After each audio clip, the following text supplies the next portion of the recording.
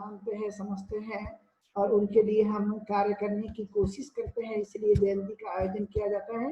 तो हम देखते हैं कि सावित्री अवंतीबाई की 189वीं जयंती और साथ में अहिल्याबाई होलकर की 295वीं जयंती और नारायण गुरु की 166वीं जयंती हम लोग मना रहे हैं। उन्हें लंबे समय के बाद भी जिन जिन लोगों ने समाज के हित के लिए कार्य किया होता है उन लोगों के लिए कुछ स्मरण रखना, क्योंकि वो स्मरण वाले काम कर गए, इसलिए उनकी बातों को स्मरण करना काफी जरूरी होता है।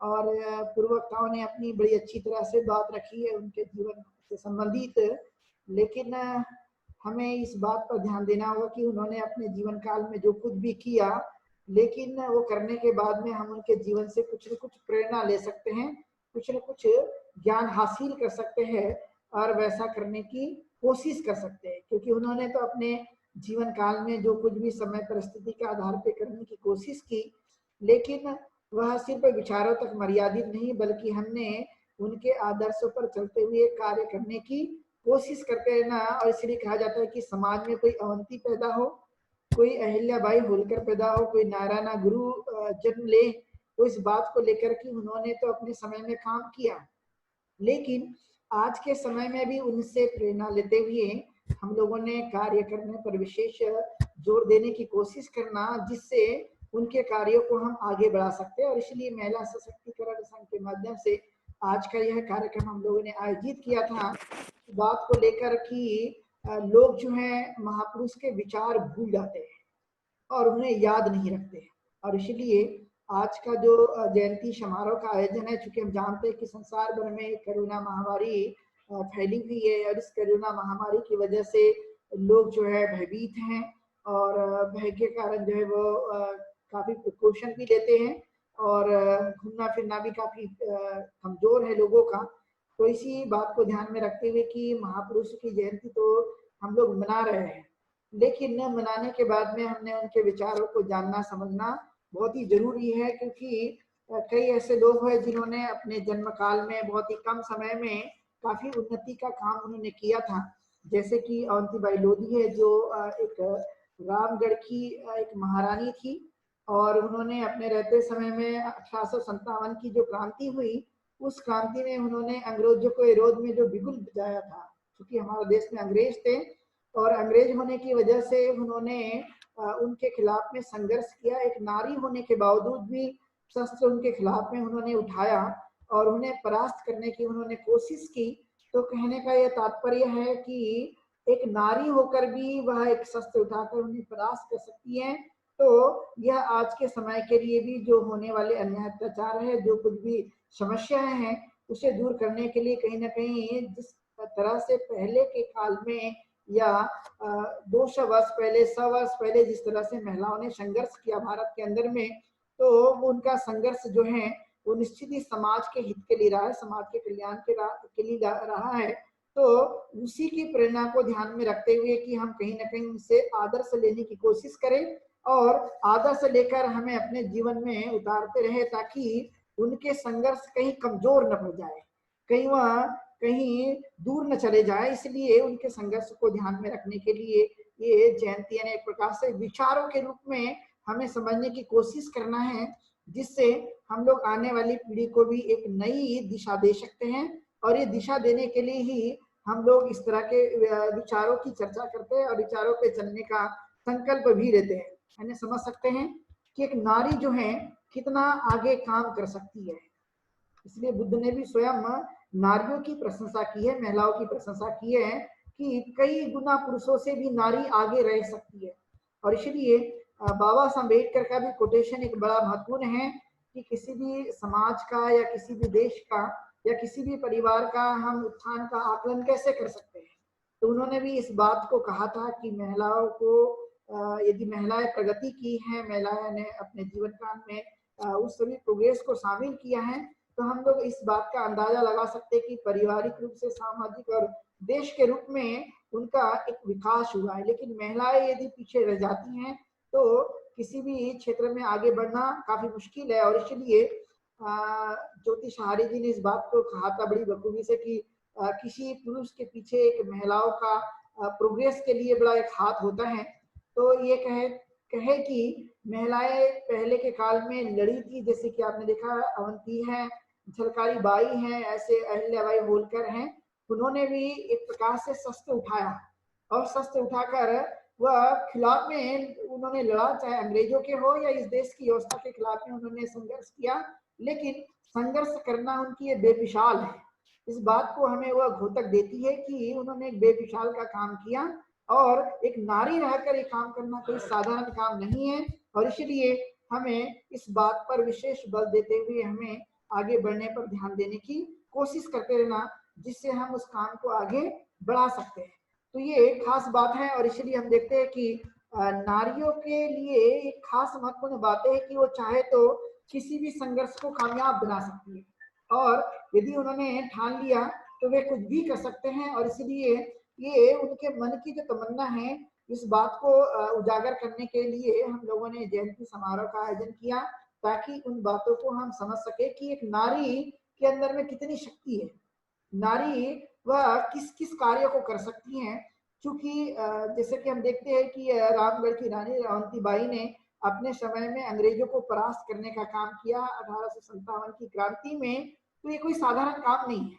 आज हम लोग 21वीं सदी का जमाना के समय में जी रहे हैं, तो उस समय तो वो 18वीं और 19वीं सदी के और 17वीं सदी के समय में उन्होंने काम किया था। लगभग 200 वर्ष पहले उन्होंने कार्य किया, और 200 वर्ष पहले जब उन्होंने कार्य किया तो आज के समय में शिक्षा, संसाधन और बहुत सारी तरक्की भी मनुष्य की हुई है।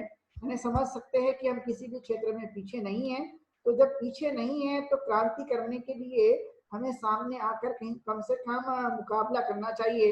और ये सीख जो है हमें रानी अवंती से और अहिल्याबाई होलकर से सीखना चाहिए कि उन्होंने जिस तरह से संघर्ष किया और संघर्ष करके वह आगे बढ़ाने की उन्होंने कोशिश की, तो ये खास महत्वपूर्ण कार्य है और उस कार्यों पर हमें विशेष बल देने की कोशिश करना।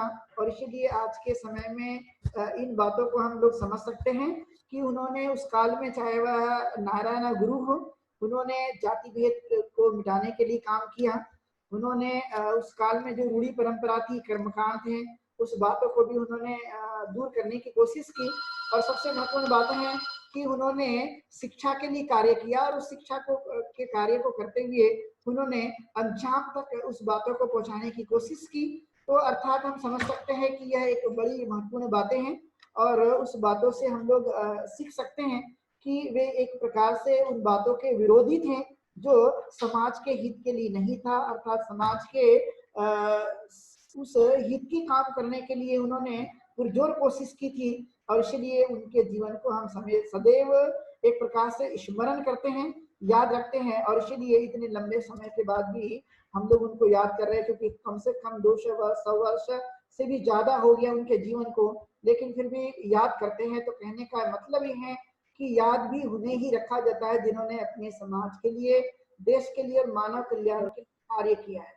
यदि कोई कार्य नहीं कर सकता महानता का और लोगों में परिवर्तन लाने का, हित और सुख और कल्याण का, तो उनको कभी दुनिया याद नहीं रखती है।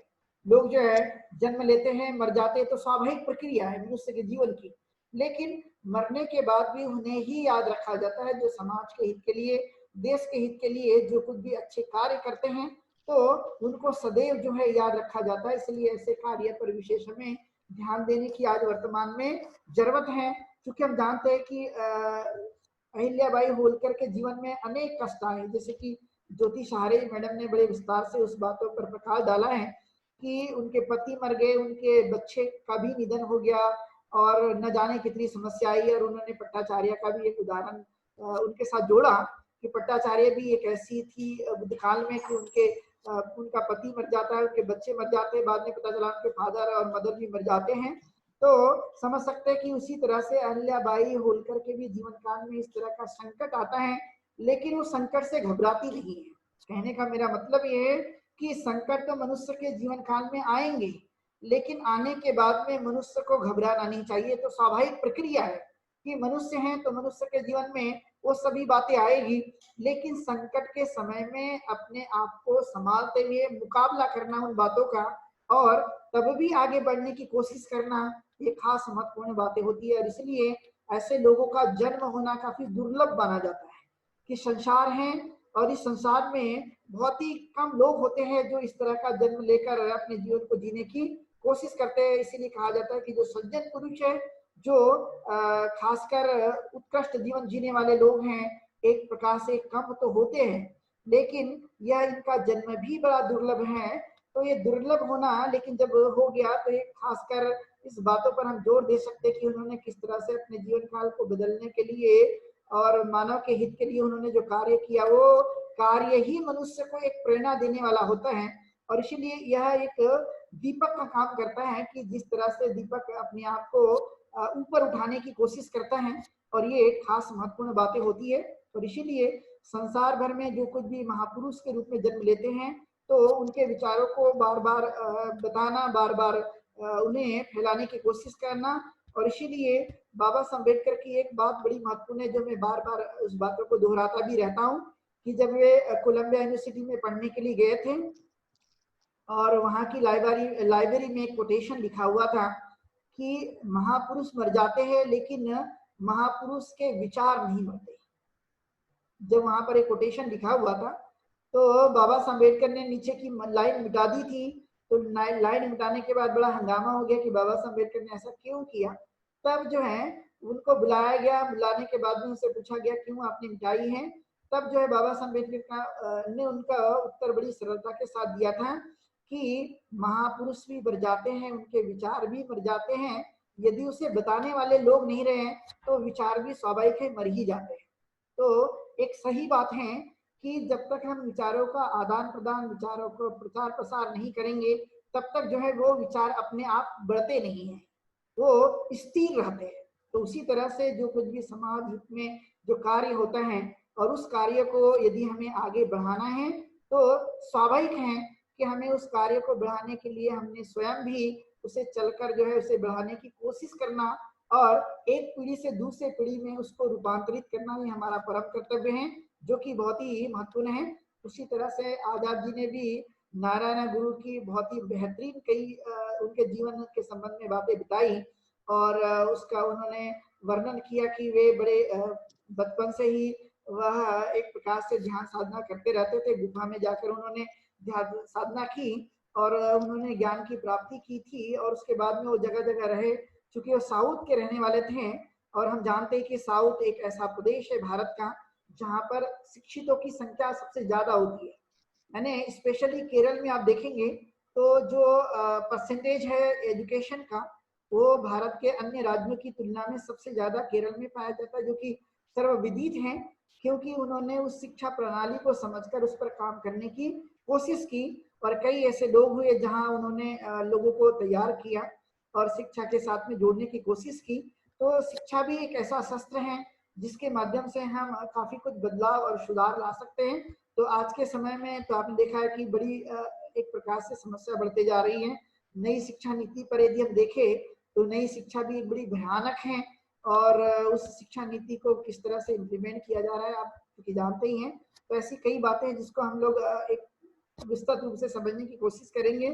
और माननीय वानखेड़े जी ने भी बड़ी अच्छी बातें बताई अहिल्या होलकर के बारे में, और उन्होंने स्पेशली फोकस किया इस बात को लेकर कि महिला सशक्तिकरण की महिलाएं यदि इस तरह से काम करती हैं, और वो जिस तरह से अवंतीबाई और अहिल्याबाई होलकर ने अपने नाम को आगे बढ़ाया है, उसी तरह से महिला सशक्तिकरण की टीम भी यदि इस तरह से काम करने में लगती है, तो उन्हें पूरा विश्वास है कि एक दिन उनका भी नाम इसी तरह से पूरे संसार में होगा। तो सौभाग्य की होगा ही, लेकिन उसके लिए एक प्रकार से कर्मठ होकर और समर्पित होकर और पूरी निष्ठा के साथ में उसको लगन के साथ में कार्य करने की कोशिश करना, जिससे हम आगे बढ़ सकते हैं।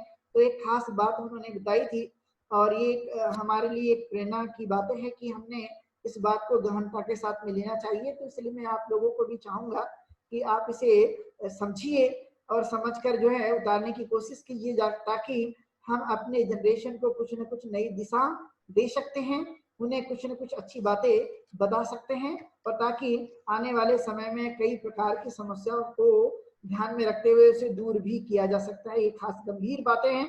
तो जैसे कि अहिल्याबाई होलकर के बारे में देखें तो उन्होंने बहुत सारे कुओं का निर्माण किया, गरीबों के लिए अन्न उन्होंने प्रदान किया, और कई जगह उन्होंने प्याऊ लगाए, नाना प्रकार के, यानी किसानों की भी काफी मदद की थी। ऐसे कई कार्य हैं, उनके कार्य जो है वो अनोखा है, जो आज के समय में भी उस कार्य को हम लोग एक प्रेरणा के रूप में लेकर जो है बहुत सारे लोगों ने इस तरह से काम करने की कोशिश करते रहना चाहिए।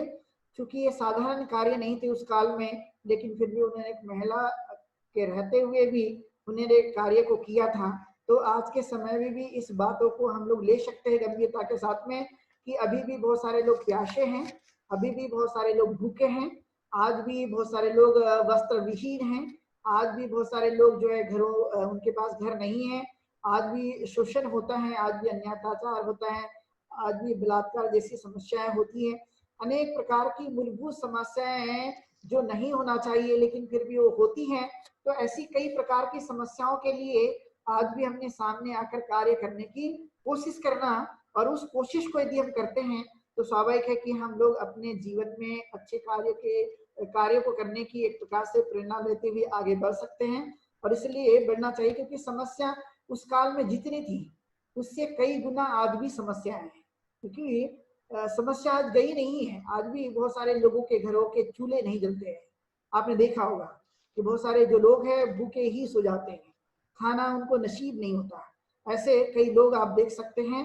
तो क्या हम एक मानव होने के नाते क्या हमने उनको ऐसा ही रहने देना चाहिए? नहीं, बल्कि हमने अपने करुणा भाव का अभ्यास करते हुए कहीं ना कहीं उनकी समस्या को दूर करने की कोशिश करते रहना, जो कि बहुत ही जरूरी है।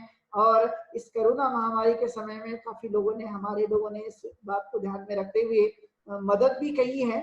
लेकिन ये हमारा कार्य जो है हमेशा सदैव वह जारी रहना चाहिए, जो कि बहुत ही जरूरी है।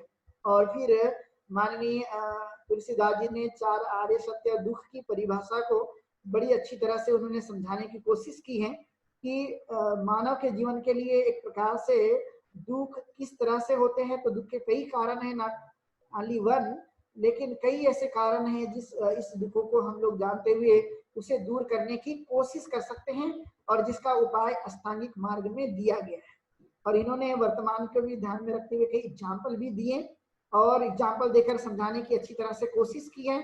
तो हम समझ सकते हैं कि दुख के जो अलग अलग कारण हैं, उस दुख के अलग अलग कारणों को हम लोग समझते हुए उसे कैसे दूर कर सकते हैं। चाहे वह छोटा बच्चा हो, चाहे बड़े हो, चाहे वह किसान हो, चाहे मजदूर हो, चाहे व्यापारी हो, चाहे वह एक प्रकार से कोई भी व्यवसाय करने वाला क्यों ना हो। तो उन सब लोगों की समस्याओं को ध्यान में रखते हुए उन्होंने इस बातों को जानते हुए दुखों को दूर करने का जो कुछ भी उपाय बताया गया है, और ये उपाय जो है तथागत गौतम बुद्ध ने धम्म चक्र प्रवर्तन सूत्र में अपनी पहली देशना में उन्होंने बताया था, जिसका जिक्र माननीय तुलसीदास जी ने किए और उन्होंने काफी अच्छी तरह से समझाने की कोशिश की है।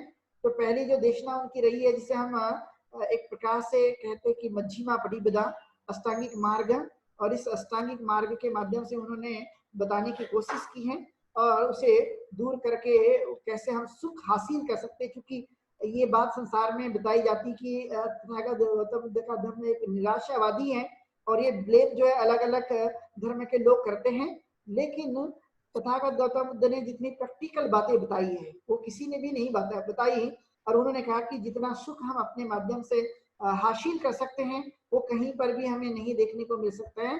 अर्थात सही रूप से सत्य का परिचय कराने वाले कोई यदि हैं तो वो तथागत गौतम बुद्ध की उन्होंने सत्य का उन्होंने उद्बोध कराया, उन्हें सत्य को बताने की उन्होंने कोशिश की। और यही बात अपनी देशना के माध्यम से अपने विचार प्रस्तुत किए थे माननीय तुलसीदास जी ने। तो हम समझ सकते हैं कि यह जो कुछ भी हमने जयंती का कार्यक्रम हम लोगों ने आज के इस समय में रखा है, चूंकि हम जानते हैं कि कोरोना महामारी के समय में काफी तकलीफों का सामना लोगों को करना पड़ रहा है, लेकिन फिर भी विचारों का आना जाना सदैव ये बना रहना चाहिए, कहीं ये हमसे दूर न हो जाए। इस बात पर भी हमें ध्यान देने की कोशिश करना। और एक सबसे बड़ी बात थी कि नारायण गुरु जो थे वो मूर्ति पूजा के बड़े विरोधी थे, भेदभाव के बड़े विरोधी थे, जाति पाति और देवी देवताओं को मानने की प्रथाओं में वह विश्वास नहीं रखते थे। और उन्होंने कई तरह की स्कूलों का भी उन्होंने स्थापना की थी। ऐसे कई कार्य हैं, तो चाहे वह अवंती बाई के कार्य हो, अहिल्याबाई होलकर के हो, नारायण गुरु के कार्य हो, तो वह कार्य एक प्रकार से आज के समय के लिए बहुत ही प्रासंगिक हैं। और इस बात को समझते हुए हमने ध्यान में देने की कोशिश करना, और इसीलिए आज की जो मूलभूत समस्याएं हैं उस बातों को ध्यान में रखते हुए उस मूलभूत समस्या को दूर करने के लिए प्रचार और प्रसार करना, विचारों को बताना हमारी आवश्यकता होनी चाहिए। क्योंकि इन्होंने इसलिए काम किया कि उस समय के तत्कालीन समय के जो दुख हैं वो नष्ट हो सके और मानव जो है सुखपूर्वक अपने जीवन को जी सके। चाहे वह इंसान कर्मकांड में फंसकर हो, अंधविश्वास में फंसकर हो, चाहे वह अशिक्षित हो, चाहे वह जाति का शोषण होने के कारण में दुख भोग रहा हो। तो दुख के अलग अलग कारण हो सकते हैं, लेकिन हम यदि जानते हैं कि ये इनके दुख इनके अज्ञान के कारण है, तो उसे ज्ञान के माध्यम से उसे उनके दुखों को दूर करने की हमने कोशिश करते रहना, जो कि बहुत ही जरूरी है। और इसलिए महापुरुष के जो विचार हैं या जिन लोगों ने अच्छे कार्य किए उनके जो विचार हैं वो आज के समय के लिए हमारे लिए उतने ही महत्व के हैं, और इसलिए उनको याद करने की दृष्टि से जयंती का आयोजन किया जाता है कि हम उनके विचारों को अमल में लाए और अमल में लाकर उसका प्रचार और प्रसार करने की कोशिश करें। यही एक खास मकसद होता है, और इस मकसद के माध्यम से उन बातों को हम जान सके, समझ सकें। और इसलिए हम लोगों ने इस आज की जयंती का आयोजन किया।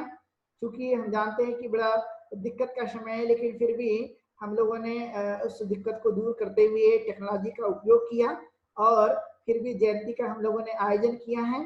तो मैं सबके प्रति धन्यवाद अदा करता हूँ, अभिनंदन करता हूँ सभी मुख्य अतिथियों का, विशेष अतिथियों का, जिन्होंने आज की इस हमारे समारोह को सफल बनाने में अपना कीमती समय दिया है और अपने अच्छे अच्छे वक्तव्य भी दिए। और सभी लोगों को, एमएसएस की टीम को, कि जिन्होंने बड़ा अच्छा कार्य यहाँ पर करने के लिए विचार के रूप से उन्होंने इस प्लेटफॉर्म को तैयार किया है। तो मैं सबके प्रति ऐसी ही अभिनंदन और सबके प्रति मंगल कामना करते हुए अपने विचार को यहीं पर विराम देता हूँ। बहुत कुशल मंगल। साधु साधु साधु साधु। बंटी जी आवाज आ रही है? बंटी जी आ रही है। हाँ, अभी हम आखिरी पड़ाव पर हैं। हमारी महिला सशक्तिकरण की सदस्य शशि मेश्राम को मैं सविनय अनुरोध करती हूँ कि वो आज के कार्यक्रम का आभार प्रदर्शन करे। शशि मेश्राम। हाँ, आवाज आ रही? हाँ, हेलो। आ रही है। सबको मेरा मैत्रीपूर्ण जय भीम। अभी जय हम भीम। इस प्रोग्राम के आखिरी पड़ाव पर पहुंचे हैं, तो फिर से आपका एक बार इस कार्यक्रम में स्वागत है। आज दिनांक 26/8/2020 को ऑनलाइन जूम पर महिला सशक्तिकरण के दौरान नारायण गुरु और अहिल्याबाई होलकर के बारे में कार्यक्रम लिया गया है। इस कार्यक्रम के अध्यक्ष भंते डॉक्टर चंद्रकीर्ति ने पाली पूजा ली, उससे हमारा मन और भी विधायक और प्रसन्न हुआ होगा। उन्होंने महिलाओं को आगे बढ़ने की बात कही अपने अध्यक्षीय भाषण में। कहा कि महिलाओं को आगे बढ़ना चाहिए, संघर्ष करना चाहिए, इन बातों पर विशेष बल देना चाहिए। उनका मैं बहुत बहुत पुण्यानुमोदन करती हूँ, आभार व्यक्त करती हूँ। उसी प्रकार सरोज राजवर्धन ने सुंदर ऐसी प्रस्तावना की, उनका भी मैं बहुत बहुत धन्यवाद और पुण्यानुमोदन करती हूँ। इसी प्रकार हरविंद कुमार जो छत्तीसगढ़ के हैं, उन्होंने नारायण गुरु के बारे में हमें विस्तृत जानकारी दी। वे व्यस्त रहते हुए भी उन्होंने हमें समय दिया, इसके लिए उनका बहुत बहुत धन्यवाद। जीएन वानखेड़े सर, इन्होंने भी अहिल्याबाई होलकर पर विस्तृत जानकारी दी और महिलाओं को आगे बढ़ने के लिए प्रोत्साहित किया। उनका मैं बहुत बहुत आभार व्यक्त करती हूँ, पुण्यानुमोदन करती हूँ। ज्योति सहारे जो चंद्रपुर से है, इन्होंने अहिल्याबाई के बारे में अपने सुंदर आवाज में बहुत अच्छी जानकारी दी। उनका भी मैं बहुत बहुत आभार व्यक्त करती हूँ, पुण्यानुमोदन करती हूँ। वैसे ही ठीक तुलसीदास सोलंकी ने, उन्होंने स्क्रीन पर हमें 4 आर्य सत्य बहुत अच्छे से समझाया। मुझे तो ऐसा लग रहा है कि ये मैंने पहली बार देखा है, क्योंकि उन्होंने बहुत ही अच्छे समझा और मुझे ऐसा भी लगता है कि एक बार उन्होंने पूरा दिन का वर्कशॉप लेना चाहिए। तो उनका मैं बहुत बहुत आभार व्यक्त करती हूँ, पुण्यानुमोदन करती हूँ। इसी प्रकार नंदनी ताई ने अपनी सुंदर आवाज में संचालन किया, उनका भी मैं बहुत बहुत आभार व्यक्त करती हूँ। और सभी महिला सशक्तिकरण के जो सदस्य है, उनका मैं बहुत बहुत पुण्यानुमोदन करती हूँ। अगर आप नहीं होते तो आज ये कार्यक्रम सफल नहीं होता। इसी के साथ मेरा आभार प्रदर्शन समाप्त होता है। जय भीम। धम्म पालन गाथा हेलो, बोलती आवाज हूँ। आई? हाँ हाँ हाँ हाँ। Sabapapasakarana kusala savupasampadam sacita pariyodapana etam buddhana sasana dhammam chare sucharitam natam ducharitam chare Dhammachari sukham seti asamin loke paramnicha nata vata dhammadaro yamavata bahuvasati yoja pampe sutwana Dhammam kayena pasati save dhammadharo hoti yo dhammam napamajjati nati me saranangayam buddho me saranangvaram ete nasachavachena Hotu te jaya mangalam nati me saranam jayam dhamma me saranam varam ete nasachavachena hotu te jaya mangalam nati me saranam jayam sangha me saranam varam Etena sachavachena vatite jaya mangalam namo buddhaya namo dhammaya namo sanghaya sadhu sadhu sadhu